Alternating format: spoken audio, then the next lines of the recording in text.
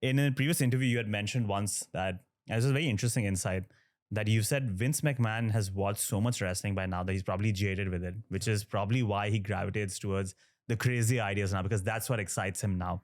You have performed under both Vince McMahon's regime and Triple H's regime.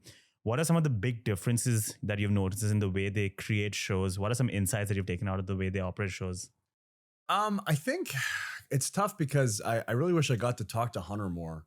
I didn't really get the chance to talk to him. I talked to Vince a lot. The problem is when you talk to Vince is you could talk to him for 45 minutes to an hour and walk away thinking it was a great conversation. And then a day later you go, oh, wait, he didn't really say anything to me at all. Like Vince is like, oh, that's great. That's great. We'll definitely consider it. Yeah, no. Wow. Great idea. Let me read this. Oh, yeah. Kind of like this.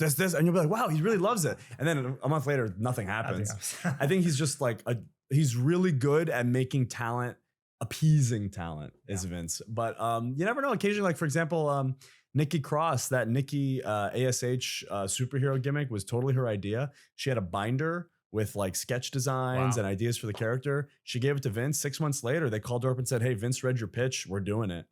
So you never know what's going to hit off with him. And you never know, well, you do know 95% of the time that whatever you pitch is going to get.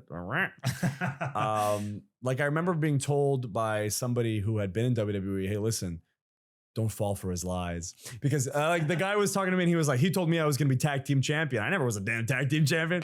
So yeah, because with Vince, it's like, if he tells you the plan is you guys are going to win the belts at the next pay-per-view, and then it doesn't happen, what are you going to do? You're going to go up to him and say, you know what I mean? Some guys do that. Guys who are much more important and more well-paid than me.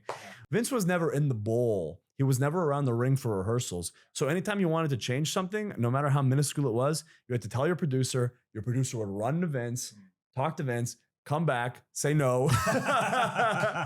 And then you did whatever they asked you to. So that's what I like. I like when it's a collaborative process. So yeah, I enjoyed working for Hunter in that sense. I just wish I had more access to him. I think it's tough because when he took over as booker, everybody wanted to talk to him. Everybody wanted to get a feel about how their career was going to go under this new regime. And sadly, I think, when Vince came back, there was some butting heads and some weird stuff happened with our character where they had to kill our gimmick because they were worried it was going to offend people. Well, not people, but some very powerful people. Mm-hmm. So we were gone. And then I think when cuts happened, it was just like, these guys are on TV. You know what I mean? So sadly, that's the way it works. But yeah, I had fun. And at the end of the day, like WWE, they do financially take care of their talent pretty well, as far as on the main roster, at least. So mortgage is paid off, cars are paid off. So I'm happy about that. Yeah.